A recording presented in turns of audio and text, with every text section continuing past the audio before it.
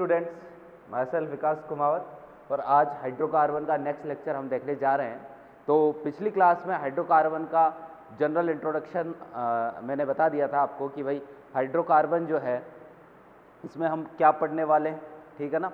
तो alkene, alkene और alkyne के बारे में बेसिकली इसमें पढ़ते हैं। इसके अलावा जो एरोमेटिक हाइड्रोकार्बन है उनमें हम पढ़ेंगे बेंजीन के बारे में। ये सारी चीज़ें हाइड्रोकार्बन में अब पढ़ने वाले हैं। तो हमने एल्केन स्टार्ट कर दिया था ऑलमोस्ट, है ना। एल्केन के हमने फिजिकल प्रॉपर्टीज़ देख ली थी। फिजिकल प्रॉपर्टीज़ में हमने फिजिकल स्टेट देख ली थी कि भाई 1 से लेकर 4 तक के जो एल्केन है प्लस नियोपेंटेन जो है ये गैसीय स्टेट में होते हैं। 5 से लेकर 17 तक के एल्केन जो है वो लिक्विड स्टेट में होते हैं। 17 से ज़्यादा कार्बन के जो एल्केन है वो गैसीय स्टेट में, सॉलिड स्टेट में होते हैं, ठीक है।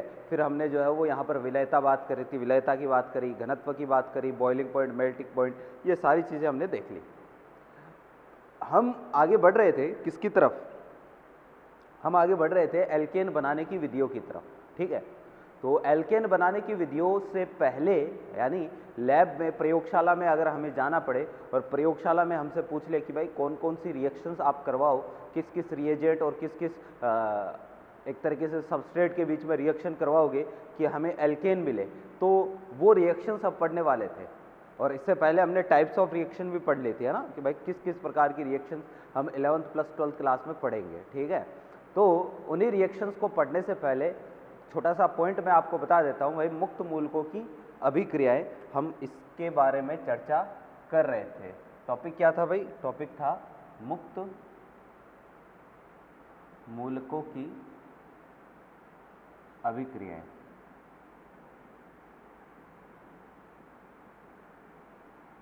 मुक्त मूलकों की अभिक्रियाएं, ये हमारा पॉइंट था, ठीक है। और भाई मुक्त मूलकों की अभिक्रियाओं में सबसे पहले मैंने आपको ये बताया कि मुक्त मूलकों का निर्माण कैसे होता है। पहला पॉइंट अपना क्या था भाई? निर्माण का था, ठीक है। पहला पॉइंट अपने पास था निर्माण का, मुक्त मूलकों का निर्माण। तो भाई निर्माण जो है वो कैसे होता है? तो निर्माण मैंने कहा कि समांश विखंडन से होता है। समांश विखंडन से निर्माण होता है ना। तो समांश विखंडन जो है वो क्या होता है कि भाई अगर बंध के दोनों इलेक्ट्रॉन एक एक हर एक परमाणु के पास चले जाए तो इसको समांश विखंडन हम बोल सकते हैं। तो समांश विखंडन से बेसिकली मुक्त मूलकों का निर्माण होता है। और इसके लिए मैंने कहा था कि मुक्त मूलक बनाने के लिए सबसे सूटेबल कंडीशन क्या होती है? तो सबसे सूटेबल कंडीशन होती है भाई अपने पास कि विद्युत ऋणताओं का अंतर क्या होना चाहिए? कम से कम होना चाहिए, न्यूनतम होना चाहिए, जैसे कि ये है। तो यहाँ से 2 आपको आरो मुक्त मूलक मिलेंगे, ठीक है। और ऐसे ही अगर हम बात करें कोई भी कंपाउंड हो, जैसे CH3H है, यहाँ पर भी फ्री रेडिकल बन सकता है। अगर इस बॉन्ड का होमोलाइटिक क्लीवेज हो तो एक तो आपको CH3 मुक्त मूलक मिलेगा, एक आपको H फ्री रेडिकल मिलेगा, है ना। जैसे मान लो डबल बॉन्ड है ना, यहाँ पर भी मुक्त मूलक बन सकता है। अगर भाई इस बॉन्ड का होमोलाइटिक क्लीवेज हो, एक इधर एक इधर, तो आपको ये वाला मुक्त मूलक हर एक कार्बन पर एक एक इलेक्ट्रॉन चला जाएगा, ये भी मुक्त मूलक है, ठीक है। तो ये तो है निर्माण। तो निर्माण की बात कल हमने कर दी थी। हम बात कर रहे थे भाई मुक्त मूलकों की अभिक्रियाओं की। 2 तरीके की रिएक्शंस मुक्त मूलक देते हैं। रिएक्शन जो है वो 2 तरीके की, बेसिकली फ्री रेडिकल में 2 तरीके की रिएक्शंस देखने को मिलेगी, है ना। तो मुक्त मूलकों की अभिक्रियाएं, मुक्त मूलकों की अभिक्रियाएं, मूलकों की अभिक्रियाएं। तो भाई मुक्त मूलकों की अभिक्रियाएं जो है वो कितने प्रकार की होगी? 2 प्रकार की रिएक्शन आपको फ्री रेडिकल्स में देखने को मिलेगी। जो सबसे पहली जो रिएक्शन है वो है भाई जिसको हम बोलेंगे एक तरीके से योगात्मक अभिक्रिया। योगात्मक अभिक्रियाएं, ठीक है। ये सबसे पहली रिएक्शंस है जिनको क्या बोलेंगे? अब योगात्मक अभिक्रियाएं बोलेंगे। और भाई ये जो योगात्मक अभिक्रियाएं हैं, अगर इनकी बात करें तो योगात्मक अभिक्रियाएं जो होती है इनमें क्या होगा कि 2 फ्री रेडिकल आपस में जुड़ेंगे। कैसे जुड़ेंगे? तो भाई कुछ ऐसे जुड़ेंगे कि जैसे एक CH3 फ्री रेडिकल दूसरे CH3 फ्री रेडिकल के साथ जुड़ जाए और क्या बन जाए अपने पास? CH3 बन जाए, ठीक है। इस तरीके से 2 फ्री रेडिकल आपस में जुड़ सकते हैं। भाई ये भी पॉसिबिलिटी हो सकती है कि एक H फ्री रेडिकल दूसरे H फ्री रेडिकल के साथ जुड़ जाए और क्या बना ले भाई? H2 फ्री रेडिकल बना ले, है ना। भाई पॉसिबिलिटी बहुत सारी है। ये भी हो सकती है कि जैसे एक Br फ्री रेडिकल एक Br फ्री रेडिकल के साथ जुड़ जाए, है ना। और क्या बना ले, Br2 का मॉलिक्यूल बना ले। ठीक है भाई, ये भी पॉसिबिलिटी हो सकती है कि CH3C ये फ्री रेडिकल जो है वो अपने जैसे ही या दूसरे किसी फ्री रेडिकल, मान लो CH3 फ्री रेडिकल के साथ ये दोनों जुड़ जाए और ये दोनों जुड़कर क्या बना ले भाई, आइसोपेंटेन बना ले, सॉरी नियोपेंटेन बना ले। ठीक है ना, तो इस तरीके से फ्री रेडिकल आपस में जुड़ सकते हैं। तो ऐसे रिएक्शन जिनमें दो फ्री रेडिकल आपस में जुड़ते हैं उन रिएक्शंस को हम क्या बोलते हैं, उन रिएक्शन को योगात्मक अभिक्रियाएं हम बोलते हैं। क्लियर है बात भाई, ऐसे फ्री रेडिकल्स, ऐसी रिएक्शंस जिनमें दो फ्री रेडिकल्स आपस में जुड़ते हैं उनको क्या बोलेंगे, योगात्मक अभिक्रियाएं हम बोलेंगे। तो ये सारी की सारी जो है वो कौन सी, किस प्रकार की अभिक्रियाएं हैं, योगात्मक प्रकार की अभिक्रियाएं हैं। ठीक है ना, फिर देखो जरा अगली बात हम करते हैं। अगली बात ये है कि भाई पहली तो हो गई योगात्मक अभिक्रिया, दूसरी प्रकार की जो रिएक्शंस हैं वो यहाँ पर आती है जिनको बोलते हैं विसमानुपातन अभिक्रियाएं। तो देखना, तो क्या होगा कि भाई ये सारी रिएक्शंस हो गई, ये सारी रिएक्शन जो है वो अपने पास हो गई कौन सी, युग्मन की अभिक्रियाएं। ठीक है, अब युग्मन के बाद में हम जो सेकेंड टाइप की रिएक्शंस है अपने पास वो है असमानुपातन अभिक्रियाएं, असमानुपातन या विसमानुपातन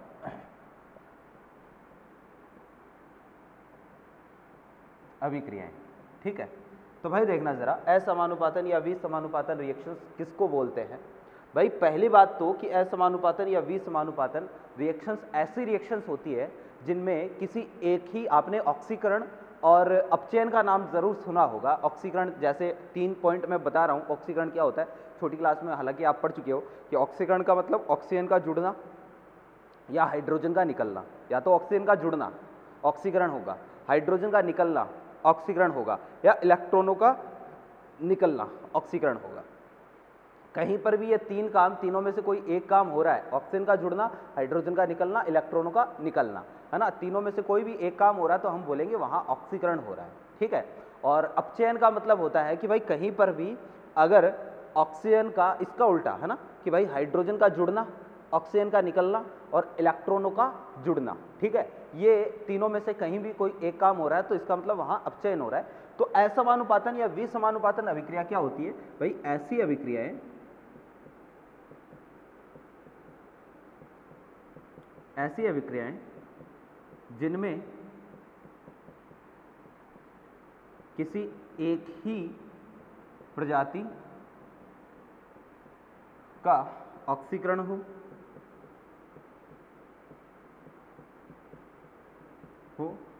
तथा उसी का अपचयन हो, उसी का अपचयन हो। ठीक है ना, कि भाई ऐसी अभिक्रियाएं जिनमें किसी एक ही प्रजाति का ऑक्सीकरण हो तथा उसी का अपचयन हो, क्या कहलाती है भाई अपने पास, उसी का अपचयन हो, ऐसी विसमानुपातन अभिक्रियाएं कहलाती है, विसमानुपातन अभिक्रियाएं कहलाती है। अब भाई ये जो पॉइंट मैंने आपको लिखवाया है विसमानुपातन का, हालांकि विसमानुपातन के बारे में और ज़्यादा डिटेल में आप रेडॉक्स वाले चैप्टर में पढ़ोगे। रेडॉक्स रिएक्शन वाला चैप्टर जब आएगा ना अपने, तब हम पढ़ेंगे कि भाई विसमानुपातन का एक्चुअल मीनिंग क्या होता है। ठीक है ना, तो भाई ऐसे रिएक्शंस जिनमें किसी एक ही प्रजाति का ऑक्सीकरण हो और उसी का अपचयन हो, विसमानुपातन अभिक्रिया कहलाती है। तो असमानुपातन या विसमानुपातन की डेफिनेशन देख ली। अब प्रैक्टिकली इसको चेक करते हैं कि भाई क्या होगा। जैसे भाई अपने पास कोई फ्री रेडिकल है, कोई मुक्त मूलक है, जैसे भाई ये वाला कोई मुक्त मूलक है, क्लियर है, और इसी के जैसा एक मुक्त मूलक ये और है ना। अब एक तो हो सकता है भाई इनमें युग्मन हो सकता है, एक तो पॉसिबिलिटी है युग्मन की। अगर युग्मन होगा तो ये वाला फ्री रेडिकल इस फ्री रेडिकल के साथ जुड़ जाएगा, बॉन्ड बना लेगा, बात खत्म। ठीक है, तो ये तो पॉसिबिलिटी हो जाएगी किसकी, युग्मन की, जब दोनों फ्री रेडिकल आपस में क्या हो जाए, मिल जाए। ठीक, अब एक पॉसिबिलिटी इनमें असमानुपातन की हो सकती है। ध्यान से देखना कैसे। भाई मुक्त मूलक है तो मुक्त मूलक में मैंने आपको बता रखा है, घटना होती है जिसको अतिसंयुग्मन बोलते हैं। अतिसंयुग्मन के लिए कम से कम एक अल्फा हाइड्रोजन हमें चाहिए ही चाहिए होता है, एक अल्फा हाइड्रोजन तो होना ही चाहिए भाई बेसिकली, है ना। तो भाई अतिसंयुग्मन के लिए अल्फा हाइड्रोजन होना चाहिए, ये CH2, ये H, ये अल्फा। ठीक है, तो देखो जरा कि ये अल्फा हाइड्रोजन अपने पास है और यहाँ पर बात करें तो क्या होगा, इसमें जब अतिसंयुग्मन चलेगा तो एक इलेक्ट्रॉन यहाँ और एक इलेक्ट्रॉन इस बॉन्ड का यहाँ। ठीक है, तो यहाँ पर क्या हो गया भाई, यहाँ डबल बॉन्ड बन गया।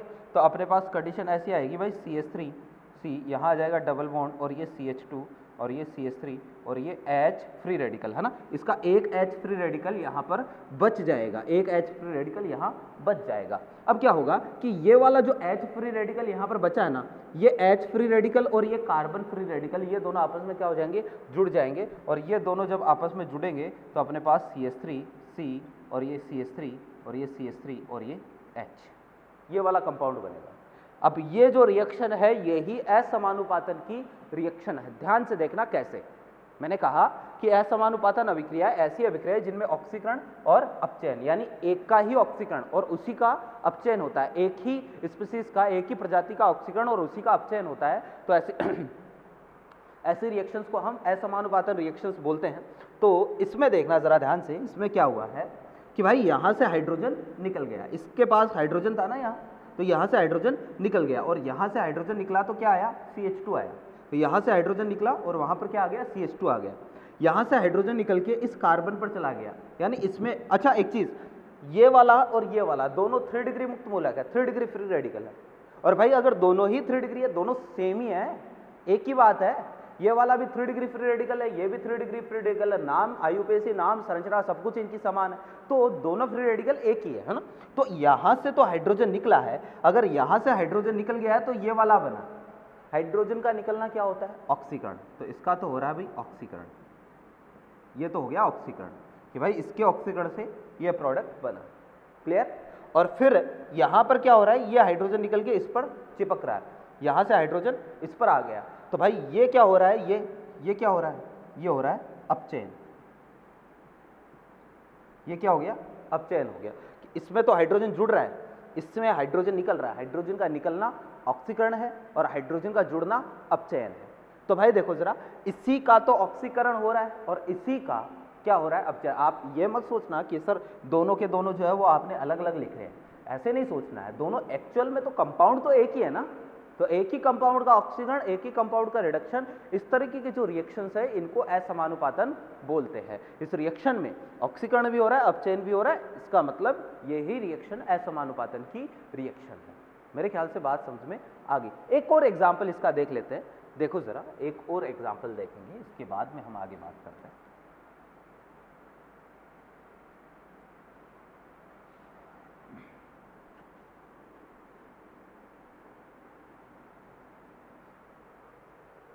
देखें,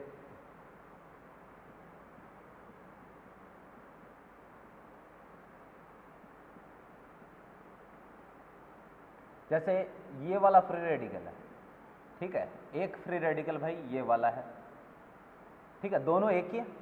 तो देखना असमानुपातन कैसे होगा, फ्री रेडिकल है तो फ्री रेडिकल में क्या होगा, फ्री रेडिकल में अतिसंयुग्मन होगा। ये अल्फा हाइड्रोजन है, यहाँ से क्या होगा भाई, हाइड्रोजन निकलेगा, ठीक है, इस बंध का क्लीवेज हुआ तो ये वाला एक इलेक्ट्रॉन यहाँ, एक इलेक्ट्रॉन यहाँ, एक इलेक्ट्रॉन हाइड्रोजन का बच गया और ये वाला हाइड्रोजन जो है वो इसके साथ जुड़ेगा, यहाँ तो आ जाएगा डबल बॉन्ड, यानी एक तो बनेगा CH डबल बॉन्ड CH2 और ये वाला हाइड्रोजन जब यहाँ जुड़ा तो एक अपने पास आ जाएगा CH3 CH2 और ये CH3। ये हो गया असमानुपातन। भाई देखना जरा, यहाँ से तो हाइड्रोजन निकल रहा है तो ये तो क्या हो रहा है, ये तो हो रहा है ऑक्सीडेशन यानी ऑक्सीकरण, ठीक है, और यहाँ हाइड्रोजन जुड़ रहा है तो ये क्या हो रहा है, ये हो रहा है रिडक्शन यानी अपचयन, ठीक है। तो एक तो हो रहा है ऑक्सीकरण, एक हो रहा है अपचयन। समझ गए बात को। तो भाई इस तरीके से हमें क्या करना है, काम करना है। ऑक्सीकरण अपचयन कैसे होता है, बिल्कुल इस तरीके से ऑक्सीकरण अपचयन आपको करवाना है। अब एक और छोटा सा पॉइंट यहाँ पर बता देते हैं आपको। भाई देखो जरा, युग्मन के लिए अपने पास जो प्रायिकता है वो आपको ध्यान में रखनी। मुक्त मूल को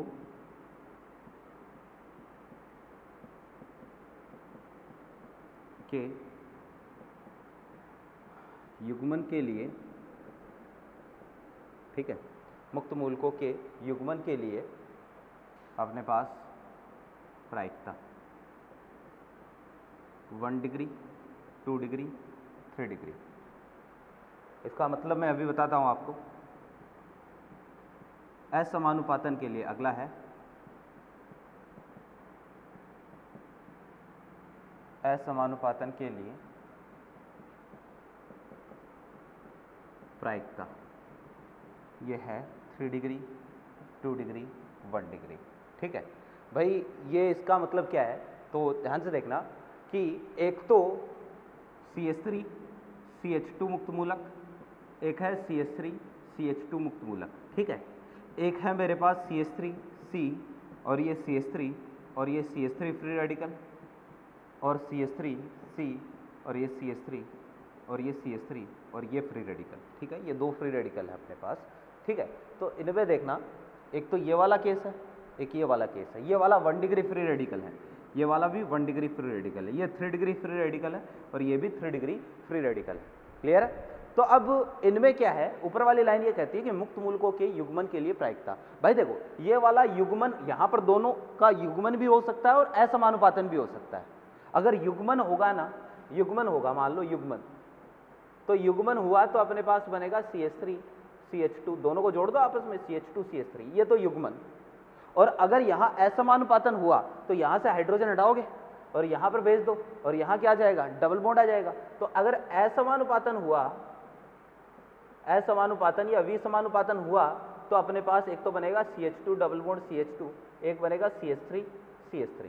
ठीक है, बिल्कुल यहाँ पर भी पॉसिबिलिटी यही है कि युग्मन हुआ तो युग्मन होगा तो अपने पास बनेगा भाई CH3C और ये CH3, ये CH3C और ये CH3, ये CH3 और ये CH3, युग्मन होगा तो ये बनेगा। और अगर असमानुपातन हुआ तो यहाँ से हाइड्रोजन हटाओ, यहाँ पर भेज दो, तो असमानुपातन अगर होगा,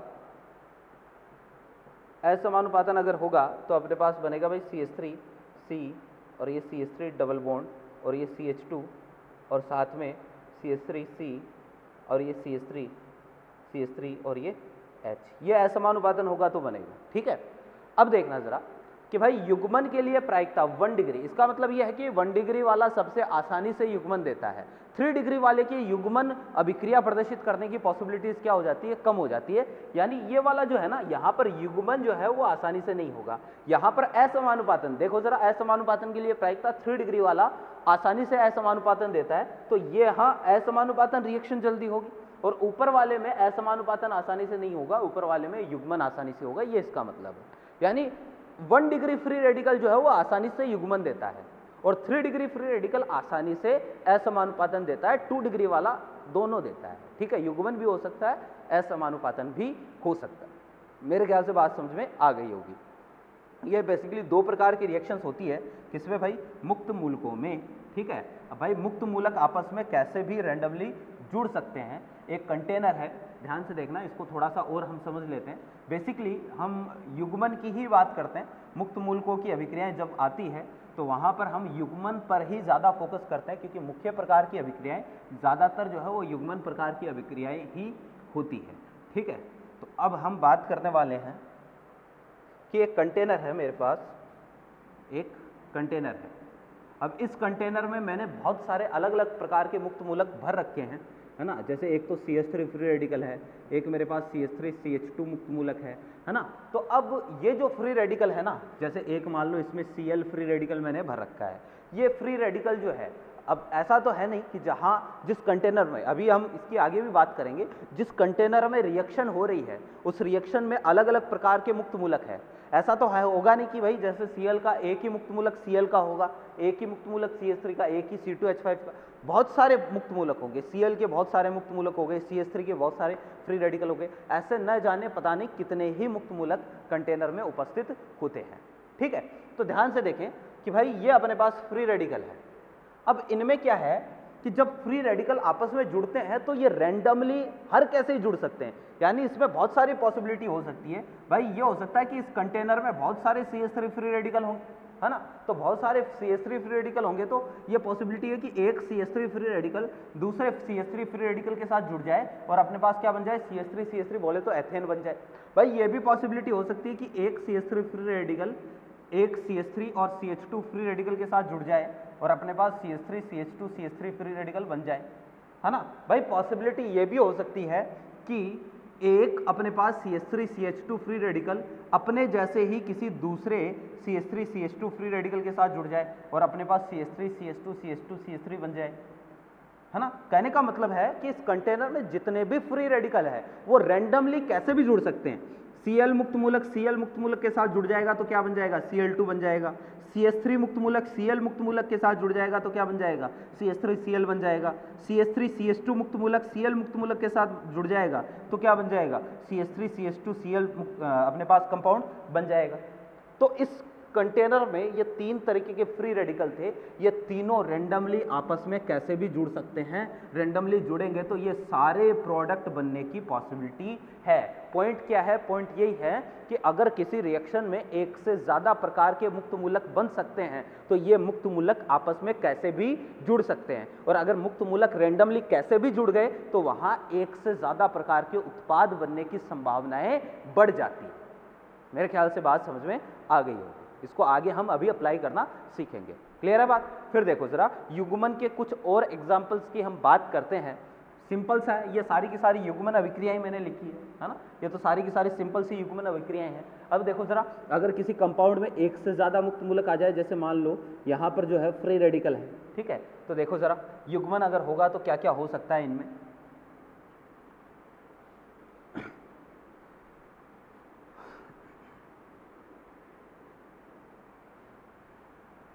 देखो कि भाई ये हो सकता है कि ये वाला इलेक्ट्रॉन इसी इलेक्ट्रॉन के साथ जुड़कर यहाँ पर क्या कर ले, बॉन्ड बना ले, है ना।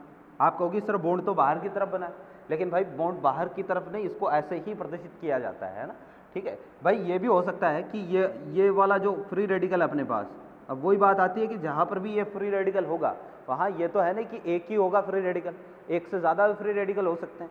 तो इसके जैसा फ्री रेडिकल कोई अपने जैसे ही फ्री रेडिकल के साथ जुड़ जाए, ठीक है। कैसे कि ये वाला और ये वाला, ये दोनों आपस में जुड़ जाए, ये वाला और ये वाला, ये दोनों आपस में जुड़ जाए, तो यहाँ एक पॉसिबिलिटी ये वाला प्रोडक्ट भी बन सकता है,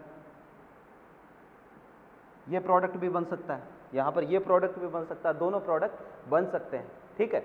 और देखो ज़रा कि भाई जैसे ये अपने पास मुक्त मूलक है CH2 मुक्त मूलक है, ये हो सकता है कि भाई ये दोनों आपस में जुड़ जाए, ये दोनों आपस में जुड़ेंगे तो अपने पास क्या बनेगा, CH2 मुक्त मूलक, ये वाला मुक्त मूलक बन सकता है, ठीक है। भाई ये भी पॉसिबिलिटी है कि जहाँ पर ये मुक्त मूलक होगा वहाँ ज़रूरी तो नहीं है कि ये एक ही फ्री रेडिकल होगा, इसके जैसा ही दूसरा भी फ्री रेडिकल हो सकता है। देखो ज़रा ये भी हो सकता है, अगर ये हो गया तो अपने पास देखो ज़रा ये ऐसे भी जुड़ सकता है, ऐसे जुड़ जाएगा तो अपने पास CH2 और ये CH2 ऐसे भी ये वाला प्रोडक्ट भी बन सकता है, ठीक है। भाई देखो ज़रा कि अगर मान लो ये वाला कोई मुक्त मूलक दे दिया आपको, ठीक है, अब इसमें चार जगह पर फ्री रेडिकल है, ये कैसे जुड़ेंगे, तो भाई ये वाला इसके साथ जुड़ जाएगा और ये वाला इसके साथ जुड़ जाएगा, तो अपने पास कंडीशन कुछ ऐसी आएगी, ये लो ये कंपाउंड बनेगा, यानी एक तरीके से स्पाइरो कंपाउंड बनेगा। दो रिंग आपस में 4 डिग्री कार्बन से जब जुड़ी होती है तो इसको स्पाइरो कंपाउंड हम बोलते हैं, ठीक है ना। तो ये है भाई मुक्त मूलकों की कुछ और अपने पास रिएक्शंस है, जैसे भाई ये वाला हो गया CH डबल बॉन्ड CH, ठीक है, ये वाला फ्री रेडिकल है, तो ये पॉसिबिलिटी है कि ये वाला इसके साथ जुड़ जाए और यहाँ पर क्या बन जाए, ट्रिपल बॉन्ड बन जाए। अब आप कहोगे कि सर ये भी तो पॉसिबिलिटी होती है कि CH डबल बॉन्ड CH ये फ्री रेडिकल अपने जैसे ही किसी दूसरे फ्री रेडिकल के साथ जुड़ जाए, है ना, ये वाला इसके साथ, ये वाला इसके साथ, ये वाला इसके साथ, और ये दोनों आपस में जुड़ जाए और ये वाला कंपाउंड बन जाए, ठीक है। अब देखना ज़रा ये वाला कंपाउंड बन तो सकता है, पॉसिबिलिटी सही है, आपने सही सोचा है, लेकिन सोचो ज़रा कि क्या ये वाला कंपाउंड स्टेबल है, क्या नहीं है। क्यों, 4 पाई इलेक्ट्रॉन है भाई इसके पास, 4 पाई इलेक्ट्रॉन, ठीक है, और double single double single double पूरे में क्या है, अनुनाद है, तो ये एक एंटी एरोमेटिक कंपाउंड है, और भाई एंटी एरोमेटिक कंपाउंड बहुत ही कम स्टेबल होते हैं, इसलिए ये वाला युग्मन होगा नहीं। कौन सा युग्मन होगा, ऊपर वाला ही होगा, इस वाले में नहीं होगा, जबकि यहाँ पर हो सकता है, यहाँ वाला जो है वो स्टेबल है, 4 कार्बन की रिंग स्टेबल होती है बजाय इसके, तो ये वाला तो हो जाएगा लेकिन ये वाला नहीं होगा। ये वाला भी हो सकता है, ये वाला भी हो जाएगा लेकिन वो वाला नहीं होगा। क्लियर है बात। तो भाई कुछ इस तरीके से कहने का मतलब ये है कि मुक्त मूलक रैंडमली कैसे भी जुड़ सकते हैं। ये सारी रिएक्शंस हो गई अपने पास कौन सी, मुक्त मूलकों की अभिक्रियाएं, कि मुक्त मूलक का निर्माण कैसे होता है और मुक्त मूलक की अभिक्रियाएं किस तरीके से कंटिन्यू प्रोसीड होती है, ठीक है। अब हम आ रहे हैं एल्केन बनाने की विधियों की तरफ, तो देखना जरा।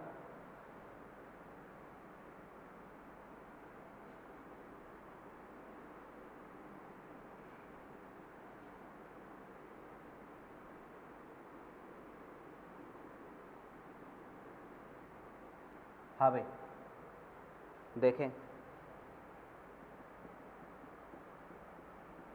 एल्केन बनाने की विधियां। ठीक है भाई, देखो एल्केन बनाने की विधियां हमें पढ़नी है। ठीक है, पहली जो विधि है प्रयोगशाला में जब एल्केन बनाते हैं, है ना, एक्सपेरिमेंट करते हैं, तो पहली विधि का नाम है वुड्स रिएक्शन। हिंदी में इसको बोलते हैं वुड्स रिएक्शन, वुड्स अभिक्रिया। ठीक है, वुड्स अभिक्रिया हिंदी में भी यही बोलते हैं इसका। तो और बहुत ही इंपॉर्टेंट रिएक्शन है, बहुत बार क्वेश्चन पूछे जाते हैं। वुड्स नाम के आधार पर इसका नाम रखा गया है। ठीक है, रिएक्शन क्या होती है, मैं पहले रिएक्शन लिख देता हूँ, तो ध्यान से देखेंगे। रिएक्शन में क्या करते हैं, आर एक्स जो होता है, आर का मतलब कोई एल्काइल ग्रुप, एक्स का मतलब कोई हैलोजन। ठीक है, तो इसका कंपाउंड का नाम हो जाएगा भाई एल्काइल हैलाइड। कंपाउंड का नाम एल्काइल हैलाइड, तो R X alkyl halide. Reaction जो है वो आपको करवानी है सोडियम के साथ। ठीक है, और सोडियम के साथ जब रिएक्शन होगी, दो मॉलिक्यूल एल्काइल हैलाइड के काम में आएंगे और दो सोडियम के एटम्स काम में आएंगे। ठीक है, दो सोडियम के एटम्स और दो एल्काइल हैलाइड। आर एक्स को आप ऐसे ऐसे लिख दो, उससे कोई फर्क नहीं पड़ेगा। रिएक्शन जो है वो होती है भाई ड्राई ईथर, ड्राई ईथर। ठीक है, अब ये ड्राई ईथर क्या होता है, ड्राई ईथर का मतलब है एक तरीके से वहाँ पर वाटर के ट्रेसेस नहीं होने चाहिए, यानी जल की अनुपस्थिति होनी चाहिए, जल नहीं होना चाहिए, तो उसको हम बोलेंगे ड्राई ईथर। तो शुष्क ईथर की उपस्थिति में रिएक्शन होगी, शुष्क ईथर की उपस्थिति में जब रिएक्शन होगी, ठीक है, तो अपने पास देखना ज़रा कुछ इस तरीके से, यहाँ से हम शॉर्ट में NaX, ये क्या हो जाएगा बाहर, तो एक तो बनेगा भाई, ये दोनों जोड़ दो RR, ये तो हो गया अपना हाइड्रोकार्बन जो हमें बनाना है। इसमें केवल हाइड्रोजन और कार्बन होंगे, साथ में दो मॉलिक्यूल मिल जाएंगे NaX के। ठीक है, ये रिएक्शन जो है इसको वुड्स रिएक्शन बोलते हैं। ड्राई ईथर का यहाँ पर क्या रोल है, ईथर यहाँ पर विलायक के तौर पर काम करता है। मैं एक चीज़ स्पष्ट कर देता हूँ कि भाई ऑर्गेनिक की कोई भी रिएक्शन, ऑर्गेनिक की हर रिएक्शन किसी न किसी विलायक में होगी, किसी न किसी सॉल्वेंट में होगी। ठीक है ना, तो क्योंकि हर रिएक्शन किसी न किसी सॉल्वेंट में होती है, तो यहाँ पर ड्राई ईथर, शुष्क ईथर जो है ना, वो सॉल्वेंट का ही काम करता है, विलायक का ही काम करता है, विलायक के तौर पर इसको हम काम में लेते हैं। तो ये है भाई रिएक्शन, इसको वुड्स रिएक्शन बोलते हैं। ठीक है, अब देखो ज़रा आपको क्वेश्चन कैसे लिख के देगा भाई, ये आपको नहीं बताएगा, आपको जो है वो रिएक्शन में नाम लिख के नहीं देगा कि भाई वुड्स रिएक्शन से क्या प्रोडक्ट बनेगा, ऐसा नहीं बोलेगा। आपको ये भी नहीं बोलेगा कि यहाँ पर एल्काइल हैलाइड के कितने काम में आएंगे, सोडियम के कितने काम में आएंगे। ठीक है, आपको केवल ऐसा लिख के देगा कि भाई एक तो RX और एरो पर लिख के दे देगा भाई सोडियम और ड्राई ईथर। ठीक है, और यहाँ पर बोल देगा प्रोडक्ट क्या होगा, बस इतना लिख के देगा। ठीक है ना, तो यहाँ पर इसका मतलब है कि RX की रिएक्शन सोडियम के साथ करवानी है शुष्क ईथर की उपस्थिति में, तो प्रोडक्ट क्या होगा, आपको इस फॉर्मेट में रिएक्शन लिख के देगा। इस फॉर्मेट में रिएक्शन देख लो तो आप समझ जाना ये वुड्स रिएक्शन की बात कर रहा है। अब वुड्स रिएक्शन में प्रोडक्ट आपको कैसे बनाना है ये हम आपको बता देते हैं। इसका एक एग्जाम्पल अपन लेते हैं, एग्जाम्पल से इसको समझेंगे। देखना ज़रा, जैसे CH3Cl आपने काम में ले लिया, इसका नाम क्या, मिथाइल क्लोराइड। CH3 का नाम है मिथाइल और Cl के लिए क्लोराइड, मिथाइल क्लोराइड। ठीक है, फिर इसकी रिएक्शन आपको करवानी है सोडियम के साथ, दो मॉलिक्यूल या दो परमाणु अपने सोडियम के काम में आएंगे, प्लस Cl और ये CH3 क्या है, ड्राई ईथर, ये ड्राई ईथर। तो यहाँ से क्या हो जाएगा भाई NaCl, दो NaCl बाहर, पीछे क्या बन जाएगा CH3 और ये CH3, ये क्या है एथेन। ठीक है, और साथ में दो NaCl के मॉलिक्यूल बाहर, तो एथेन ही हमें बनाना था। अब देखना सबसे इंपॉर्टेंट चीज़ है इस रिएक्शन की, इसकी क्रियाविधि, इसकी मैकेनिज्म, कि भाई रिएक्शन कैसे चली।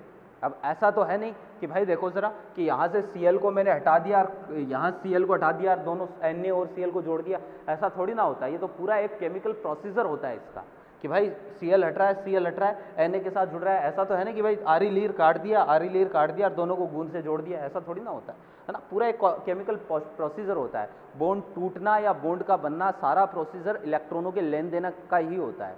बॉन्ड टूटता है तो भी कुछ इलेक्ट्रॉनों का लेन देन होता है, बॉन्ड जब बनता है तो भी इलेक्ट्रॉनों का लेन देन होता है। तो यहाँ क्या होगा, हम वो समझने वाले हैं और किसी रिएक्शन में बॉन्ड कैसे टूटता है, कैसे बनता है, इन सब को एक्सप्लेन किया जाता है इसकी मैकेनिज्म में। मैकेनिज्म बोले तो क्रियाविधि, इसको पूरी प्रोसेसर को क्या बोलते हैं, क्रियाविधि बोलते हैं। तो इसकी मैकेनिज्म देखना, बोले तो हिंदी में क्रियाविधि की रिएक्शन कैसे चली। तो भाई ये वुड्स रिएक्शन को दो तरीके से हम समझा सकते हैं। दो तरीके हैं जिनसे वुड्स रिएक्शन में बने प्रोडक्ट को एक्सप्लेन किया जाता है, और ये दो तरीके हैं, मैं लिख देता हूं कि वुड्स अभिक्रिया को, वुड्स अभिक्रिया को दो क्रियाविधियों द्वारा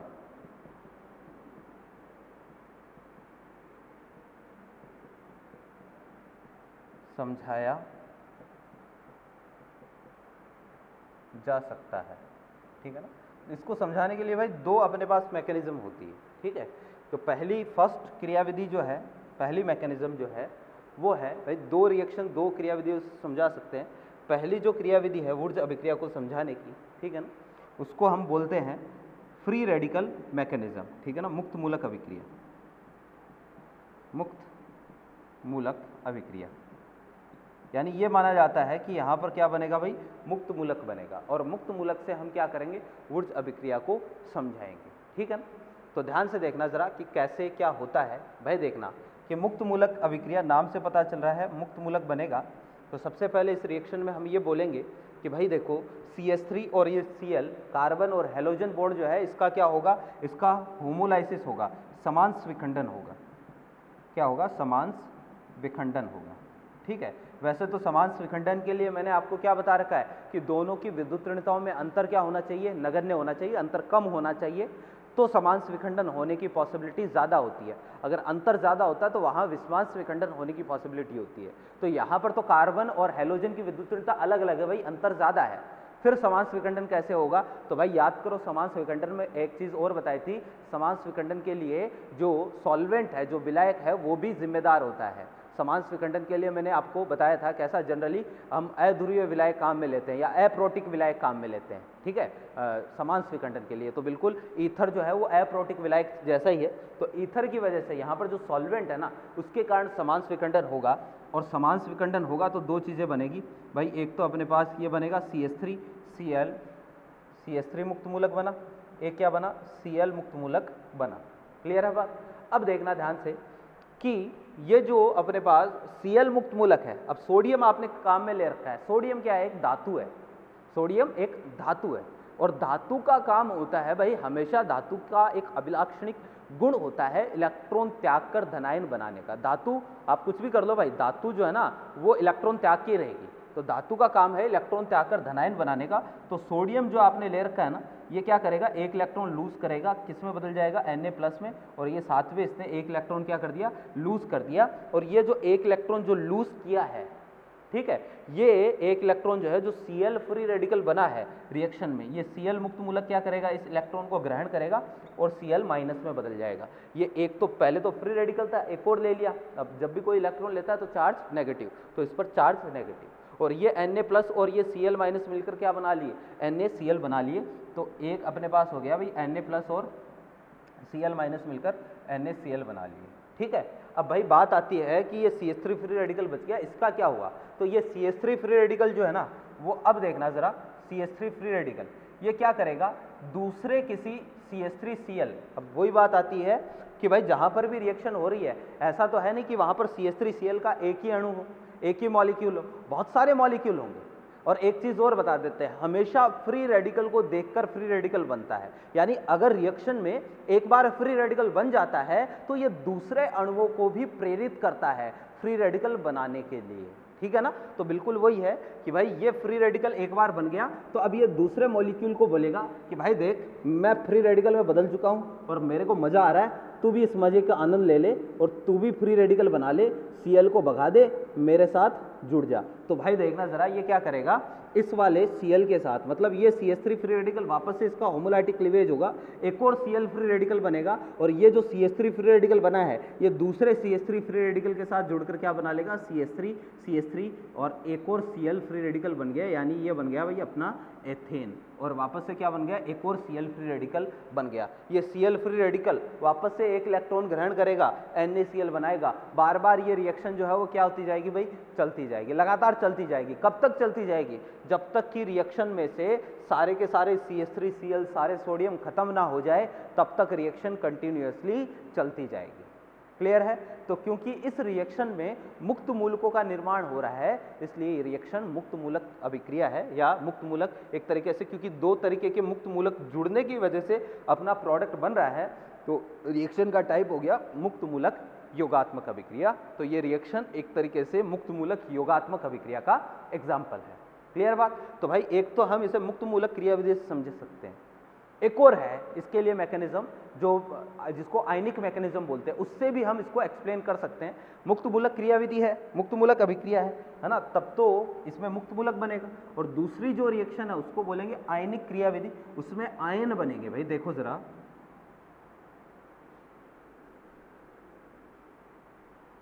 हाँ भाई सेकंड है भाई अपने पास आयनिक क्रियाविधि।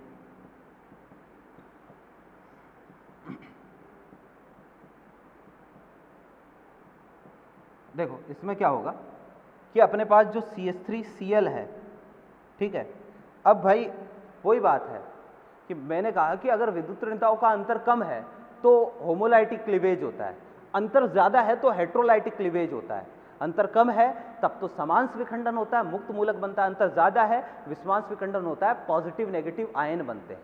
अब यहां इसके केस में दोनों कंडीशन होती है, दोनों चीजें फॉलो होती है। कैसे कि भाई यहां पर अंतर ज्यादा है, एक तो CH3 और Cl का अंतर ज्यादा है, विद्युत ऋणताओं का अंतर ज्यादा है, तो अंतर ज्यादा होना किसको फेवर करता है, विषमांश विखंडन को फेवर करता है। लेकिन यहां जो विलायक आपने काम में ले रखा है ये समांश विखंडन को फेवर करता है, तो दोनों पॉसिबिलिटी हो सकती है। रिएक्शन मुक्त मूलक तरीके से भी चल सकती है, रिएक्शन आयनिक तरीके से भी चल सकती है, इसलिए दोनों क्रियाविधि से इसको समझ सकते हैं। यहां क्या होगा, विषमांश विखंडन, भाई इसको विषमांश विखंडन से भी समझा सकते हैं, विषमांश विखंडन होगा, विषमांश विखंडन हुआ तो Cl क्या करेगा, बंद के इलेक्ट्रॉन लेके फरार, क्योंकि ज्यादा इलेक्ट्रोनेगेटिविटी है, तो भाई अपने पास बनेगा CH3 पॉजिटिव और साथ में Cl मुक्त मूलक। क्लियर है बात, ठीक, Cl नेगेटिव। अब भाई देखो जरा, वापस से आपने क्या ले रखा है, सोडियम ले रखा है, सोडियम तो भाई धातु है, और धातु हमेशा जो है वो इलेक्ट्रॉन त्याग कर धनायन बनाने का काम करता है। ये सोडियम क्या करेगा, दो सोडियम के मॉलिक्यूल जो है वो 2 Na+ और 2 इलेक्ट्रॉन त्यागेंगे, ठीक है, और ये दोनों के दोनों इलेक्ट्रॉन जो है वो ग्रहण कर लेगा कौन, पॉजिटिव चार्ज वाला। इसको इलेक्ट्रॉनों की जरूरत है, पॉजिटिव चार्ज का मतलब इलेक्ट्रॉनों की कमी, और अगर इसको इलेक्ट्रॉन देंगे तो खटाक से इलेक्ट्रॉन ग्रहण कर लेगा, तो भाई ये जो है वो दोनों के दोनों इलेक्ट्रॉन क्या कर लेगा, ग्रहण कर लेगा। और देखो जरा कि पहली बार जब एक इलेक्ट्रॉन ग्रहण किया तब तो इसका पॉजिटिव चार्ज क्या हो गया, खत्म, CH3 मुक्त मूलक में बदल गया, और जब एक और इलेक्ट्रॉन ले लेगा तो किस में बदल जाएगा, CH3 माइनस में बदल जाएगा। तो भाई एक तो मेरे पास बनेगा यहाँ पर CH3 माइनस। क्लियर है। और भाई देखना जरा, ये Na+ और ये Cl- मिलकर क्या बना लिए, NaCl बना लिए, तो रिएक्शन में से NaCl क्या हो गया, बाहर, रिएक्शन में NaCl भी तो बन रहा है साथ में। अब ये CH3-, भाई ध्यान से देखना, वही बात आती है कि जहां पर भी रिएक्शन हो रही है, ऐसा तो है नहीं कि वहां पर एक ही मॉलिक्यूल CH3Cl का होगा, बहुत सारे मॉलिक्यूल CH3Cl के होंगे, तो ये CH3- क्या करेगा, CH3Cl के इस पर पार्शियली नेगेटिव, इस CH3 पर पार्शियली पॉजिटिव चार्ज आएगा, है ना, क्योंकि विद्युत ऋणताओं में अंतर है, तो भाई ये क्या करेगा, CH3- पॉजिटिव चार्ज वाले पर अटैक कर देगा। जैसे ही इस पर अटैक करेगा तो यहाँ से Cl- क्या हो जाएगा, बाहर हो जाएगा, क्योंकि इस कार्बन की वैलेंसी 5 हो जाएगी ना, 5 वैलेंसी कार्बन सहन ही नहीं कर सकता भाई, तो कार्बन की वैलेंसी 5 हो जाएगी, Cl- बाहर हो गया, तो CH3 और CH3 दोनों आपस में क्या हो जाएंगे, जुड़ जाएंगे, तो CH3 जुड़ गए और साथ में Cl- क्या हो गया, बाहर। ये Cl- अगेन दूसरे वाले Na+ के साथ मिलकर NaCl के फॉर्म में बाहर हो जाएगा। इस तरीके से प्रोडक्ट बनता है। आप इसको ऐसे भी समझा सकते हो, आप इसको फ्री रेडिकल मैकेनिज्म से भी समझा सकते हो, दोनों क्रियाविधियां जो है वो सही है, ठीक है ना, दोनों से इसको एक्सप्लेन कर सकते हैं। या तो आप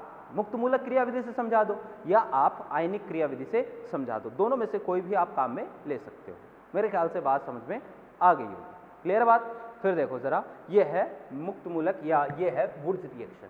अब क्वेश्चन कैसे आता है भाई, जब तक हम ये चीज़ नहीं सीखेंगे कि क्वेश्चन कैसे आता है, आपको आंसर कैसे देना है, तब तक इन सब का कोई मतलब नहीं है। तो देखना ज़रा कि भाई क्वेश्चन कैसे पूछेगा, इसकी बात करते हैं।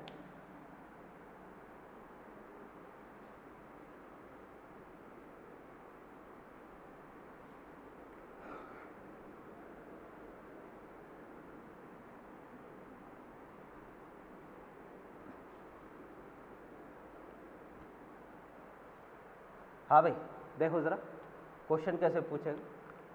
जैसे आपको ये देगा, है ना, जैसे उसी क्वेश्चन को सिंप्लीफाई कर लेते हैं और आपको अटेम्प्ट कैसे करना है। CH3Cl लिख के दे दिए ब्रैकेट पर, और एरो पर आपको लिख के दे दिया सोडियम और ड्राई ईथर, ठीक है, ये लिख के दे दिया और पूछ लिया कि उत्पाद क्या बनेगा। जब भी आपका सबसे पहला काम क्या है भाई, देखो ये तो अपनी पहली रिएक्शन है, जितना भी ऑर्गेनिक का पढ़ा है सबसे पहली रिएक्शन है। अब भाई अगर आपको पूछ ले कि भाई इसमें प्रोडक्ट क्या बनेगा या कोई भी रिएक्शन दे दे, आगे भी आएगा, तो सबसे पहला काम आपका क्या होना चाहिए? पहला काम आपका होना चाहिए उस रिएक्शन को पहचानने का। जब तक हम रिएक्शन को पहचान नहीं पाएंगे तब तक हम जो है वो आगे काम नहीं कर पाएंगे। तो पहला काम अपना होना चाहिए रिएक्शन को आइडेंटिफाई करने का, उस रिएक्शन को पहचानने का। ये हमारा पहला काम होना चाहिए। समझ रहे बात को? पहला काम रिएक्शन को पहचानने का होना चाहिए। तो भाई पहचानोगे कैसे? एरो पर जो लिखा होता है ना, उसी से हम पहचानते हैं रिएक्शन को। जो एरो पर लिखा होता है रिएक्शन को उसी से पहचाना जाता है। तो एरो पर सोडियम ड्राई ईथर यानी वुड्स रिएक्शन। एक बार रिएक्शन को पहचान लो, वुड्स रिएक्शन का पता चल गया, तो फिर समझो कैसे करना है। फिर आपको क्या करना है? मुक्त मूलक। हम हमेशा जब भी क्वेश्चन सॉल्व करेंगे मुक्त मूलक क्रियाविधि से करेंगे, ठीक है। तो आपको क्या करना है? मुक्त मूलक बनाना है, यानी कार्बन हेलोजन का बॉन्ड तोड़ो। कौन सा मुक्त मूलक बना? CH3 मुक्त मूलक बना। और ऐसा तो है नहीं कि जहां पर ये मुक्त मूलक बनेगा वहां एक ही मुक्त मूलक बनेगा, बहुत सारे बनेंगे। तो एक CH3 मुक्त मूलक अपने जैसे किसी दूसरे मुक्त मूलक के साथ जुड़ जाएगा। एक CH3 मुक्त मूलक दूसरे CH3 मुक्त मूलक के साथ जुड़ जाएगा, तो CH3 और ये CH3 क्या बन जाएगा भाई? एथेन बन जाएगा। खत्म बात। ये इस तरीके से प्रोडक्ट बनेगा, ठीक है। क्या करना है? एक मुक्त मूलक को अपने जैसे दूसरे मुक्त मूलक के साथ जोड़ना। कंपाउंड में जितने भी कार्बन हेलोजन बॉन्ड है सारे ब्रेक कर देने हैं और उस मुक्त मूलक को उसी के जैसे दूसरे मुक्त मूलक के साथ आपको क्या कर देना है? जोड़ देना है। प्रोडक्ट जो है वो अपना क्या हो जाएगा? तैयार हो जाएगा। जैसे मैं 2-4 एग्जाम्पल लिख रहा हूं भैया, ठीक है, और आपको क्या करना है? इनमें प्रोडक्ट बताना है। हाँ जी भाई साहब, चेक करें भैया। जल्दबाजी बिल्कुल नहीं करनी है, जल्दबाजी बिल्कुल नहीं करनी है, आराम से बताओ, है ना भाई। जल्दबाजी का काम किसका होता है? शैतान का होता है। और तुम सब तो इंसान हो, इंसान ही हो ना भाई। हाँ देखना, तुम देखते नहीं हो यार, तुम देखो ना, देखो ना, सोडियम और ये ड्राई ईथर है ना, इनको चेक करो। सिंपल सा काम है, सिंपल सा काम है।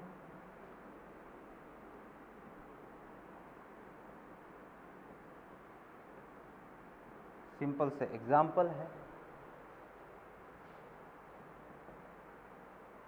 यहाँ थोड़ी ठीक एग्जाम्पल है। जितने भी कार्बन हेलोजन बॉन्ड है ना, तो सारे के सारे आपको तोड़ देने हैं। तोड़ने में तो तुम एक्सपर्ट हो ही हो, ठीक है ना। पहले तोड़ दो फिर जोड़ दो।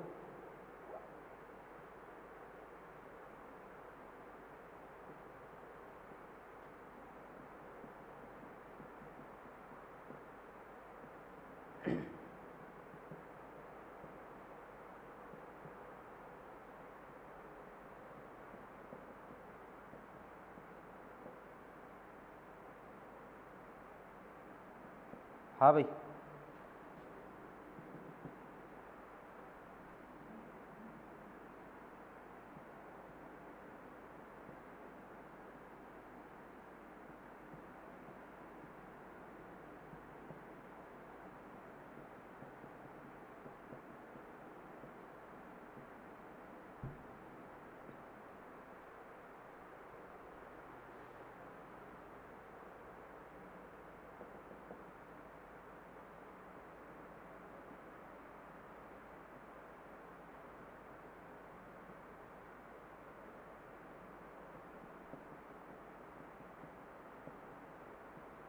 चेक करो भाई, सब पर एरो पर जो है जितने भी एग्जाम्पल मैंने लिखे हैं सब में एरो पर सोडियम ड्राई ईथर लिखा हुआ है, ठीक है ना, तो कंफ्यूज होने की कोई ज़रूरत नहीं है।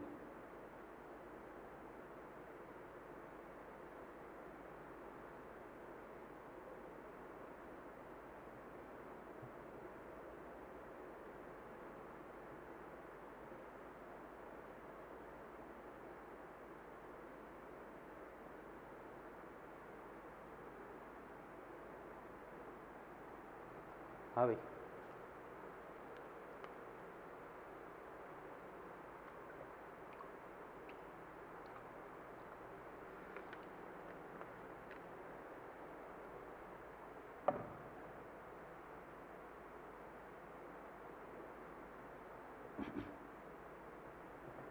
देखते हैं, सबसे पहले इसको चेक करते हैं जो फर्स्ट वाला है, ठीक है। आपको बिल्कुल यही काम करना है। देखो ज़रा, इसको हटाओ, फ्री रेडिकल बनेगा। कौन सा फ्री रेडिकल बनेगा भाई? इस कार्बन पर फ्री रेडिकल बनेगा, और इसको इसी के जैसे दूसरे फ्री रेडिकल के साथ जोड़ूंगा तो भाई देखो ज़रा, इसको इसी के जैसे दूसरे फ्री रेडिकल के साथ जोड़ दो तो ये प्रोडक्ट बन जाएगा अपने पास, यानी जो पहली रिएक्शन दे रखी है उसका ये प्रोडक्ट है। क्लियर है बात?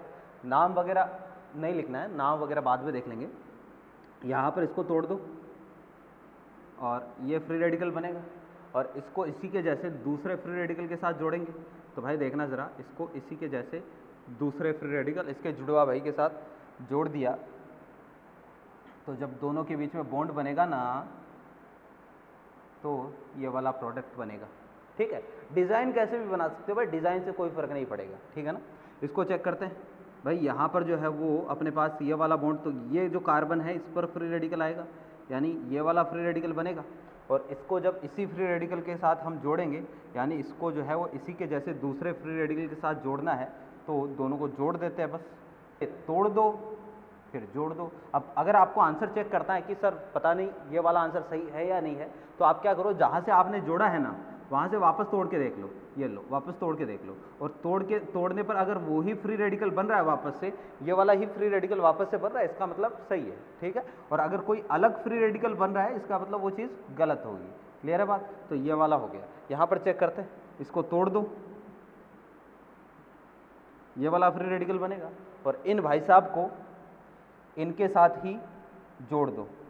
इन भाई साहब को जब मैं इनके साथ ही जोड़ूंगा, ध्यान से देखना, ये वाला है तो इनको इसी के साथ जोड़ दूंगा तो क्या बनेगा भाई, कुछ ऐसा कंपाउंड बनेगा।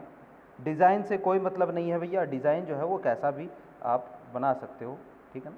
हाँ, अगर डिज़ाइन समझ में नहीं आया तो एक काम करो, जो डिज़ाइन आपने बनाया है, आपने भी कुछ तो बनाया होगा, तो आपने जो डिज़ाइन बनाया है उसका IUPAC नाम लिखो, और मैंने जो डिज़ाइन बनाया है उसका IUPAC नाम लिखो। अगर हम दोनों का नाम जो है वो मैच कर रहा है, इसका मतलब जो आपने किया है वो सही है। क्लियर है बात? यहाँ चेक करते हैं भाई, देखो ज़रा, अब 2 दे दिए भाई। जितने भी हैलोजन है ना कंपाउंड में, आपको सबसे पहले एरो पर जो दिया हुआ है उसको चेक करना है, एरो पर जो दिया है उसको पहचानना है। एरो पर जो दिया है ना उससे पहचानना है कि रिएक्शन कौन सी है। वुड्स रिएक्शन है तो वुड्स रिएक्शन है तो भाई ये वाला फ्री रेडिकल अपने पास बनेगा, ये फ्री रेडिकल बनेगा, और भाई इसी फ्री रेडिकल जब दोनों इलेक्ट्रॉन आपस में जुड़ेंगे तो पॉसिबिलिटी ये हो सकती है कि यहाँ पर डबल बॉन्ड आ जाए, या एक और पॉसिबिलिटी यहाँ पर हो सकती है कि जब ये वाला फ्री रेडिकल अपने जैसे ही किसी दूसरे फ्री रेडिकल के साथ क्या हो जाए, जुड़ जाए, तो एक ये भी प्रोडक्ट बन सकता है। क्लियर है बात? लेकिन आपको एक बार में एक ही प्रोडक्ट बताना है, आपको हो सकता है ये वाला ऑप्शन में मिल जाए, ये भी ऑप्शन में मिल सकता है। यहाँ पर भी ऐसा ही काम करेंगे, ये फ्री रेडिकल बनेगा भाई, ये पॉसिबिलिटी है कि ये दोनों आपस में जुड़ जाए, ये दोनों आपस में जुड़ जाएंगे तो यहाँ रिंग में डबल बॉन्ड आ जाएगा। पॉसिबिलिटी ये भी है कि इसके जैसा फ्री रेडिकल इसी के साथ जुड़ जाए, तो भाई ये वाला प्रोडक्ट भी बन सकता है, ठीक है ना। दोनों प्रोडक्ट पॉसिबल है। इसमें चेक करो भाई, इसमें चेक करेंगे तो भाई देखना ज़रा, ये फ्री रेडिकल बनेगा, ये फ्री रेडिकल बनेगा, और ये फ्री रेडिकल बनेगा तो भाई ये दोनों इलेक्ट्रॉन आपस में जुड़ जाएंगे तो बाईसाइक्लो कंपाउंड बनेगा, है ना। दोनों कार्बन आपस में जुड़े हैं, 3 डिग्री कार्बन है, 3 डिग्री कार्बन, 2 3 डिग्री कार्बन आपस में जुड़े होते हैं, है ना। 2 रिंग आपस में 3 डिग्री कार्बन से जुड़ी होती है, तो ऐसे कंपाउंड्स को हम क्या बोलते हैं, बाईसाइक्लो कंपाउंड्स बोलते हैं। यहाँ चेक करते हैं भाई, देखो ज़रा, ये 4 है, कोई ना 4 हो चाहे 5 हो चाहे 7 हो चाहे 10 हो, सारे के सारे तोड़ने आपको, तो बस तोड़ने में एक्सपर्ट हो जाओ भाई, कुछ भी तोड़ना हो तोड़ दो। ये लो जी, ठीक है, चारों जगह क्या आ गए, फ्री रेडिकल आ गए। फिर ये दोनों को आपस में जोड़ दो, तो ये दोनों को आपस में जोड़ दो। हाँ भाई, तोड़ना है तो जोड़ना सीखो, ये भी है भाई, जोड़ना भी आना चाहिए ना, दोनों काम आने चाहिए। बाईसाइक्लो, यहाँ बाईसाइक्लो बनेगा, यहाँ क्या बनेगा, स्पायरो बनेगा। फ्री रेडिकल की युग्मन की रिएक्शंस में पहले आपको बता चुका हूँ। यहाँ देखना ज़रा, यहाँ पर भी बिल्कुल सेम टू सेम केस है, ये फ्री रेडिकल बनेगा, ये फ्री रेडिकल बनेगा, ये फ्री रेडिकल, ये फ्री रेडिकल, है ना। और फ्री रेडिकल कौन सा बना भाई, ये फ्री रेडिकल बना, ये लो जी बना दिया, है ना। अब भाई किन किन को जोड़ना, देखो जरा, इन दोनों को आपस में जोड़ दो और इन दोनों को आपस में जोड़ दो, या इन दोनों को आपस में जोड़ दो, या इन दोनों को आपस में जोड़ दो। इन दोनों को भी आपस में जोड़ सकते हो, है ना, लेकिन मामला थोड़ा सा कॉम्प्लेक्स हो जाएगा, वो 3D में। प्रोडक्ट सेम ही बनेगा, कोई भी दोनों फ्री रेडिकल को आपस में जोड़, प्रोडक्ट सेम ही बनेगा, बस अगर इन दोनों को आप आपस में जोड़ोगे ना, थोड़ा सा 3D में गच्चा खा जाओगे। इसलिए मैं क्या कर रहा हूँ, इन दोनों को आपस में जोड़ रहा हूँ और इन दोनों को आपस में जोड़ रहा हूँ। तो जोड़ूंगा तो ध्यान से देखना कैसे जोड़ेंगे। आप कहोगे सर पता नहीं डिजाइन कैसा बनेगा, अरे कैसा भी बने कोई मतलब नहीं है। ये कार्बन है ना, ये कार्बन है, 1 2 3 4 और ये 5, ठीक है। अगर मैं इन दोनों को आपस में जोड़ूंगा तो इधर 5 कार्बन की रिंग बन जाएगी। इधर देखना, इन दोनों को आपस में जोड़ूंगा, इन दोनों को, यहाँ कार्बन तो 1 2 3 4 5, इधर भी 5 कार्बन की रिंग, इधर भी 5 कार्बन की रिंग, और ये वाला कार्बन दोनों रिंग को क्या करेगा, जोड़ेगा, यानी 2 5 कार्बन की रिंग आपको जोड़नी है। बेसिकली बात ये है, बात ये है, क्या है, ये है, ये वाला कंपाउंड बनेगा, है ना। ये वाला तो हो गया भाई बीच वाला कार्बन, ये रहा, फिर 1 2 या 1 2 3 4 5, तो देखना जरा, यहाँ से 1 2 3 4 5, 5 कार्बन की रिंग, इधर भी चेक कर लो, 1 2 3 4 5, यहाँ भी 1 2 3 4 5, खत्म बात, ठीक है। तो भाई इस तरीके से ये अपने पास है कौन सी, वुड्स रिएक्शन है। सिंपल सा काम है, साधारण सा काम है, वुड्स रिएक्शन है, ठीक है। पहले रिएक्शन को पहचानना है, मुक्त मूलक बनाना है और उसी मुक्त मूलक को आपस में जोड़ना है, ठीक है। तो भाई मेरे ख्याल से बातें समझ में आ गई होगी। फिर भी इस रिएक्शन में कहीं पर भी आपको किसी भी प्रकार का कोई डाउट रह जाए, आप मेरे से डिस्कस करें, व्हाट्सएप करें, हम आपका डाउट सॉल्व करने के लिए बैठे हैं, ठीक है ना, पूरी कोशिश करेंगे। और फिर हम कल की क्लास में इसी वुड्स रिएक्शन के थोड़े से और पॉइंट है 2-4, वो भी डिस्कस करेंगे और आगे की रिएक्शंस की भी हम बात करेंगे, ठीक है। तो यहाँ से हम कंटिन्यू करते हैं नेक्स्ट क्लास में। Thank you.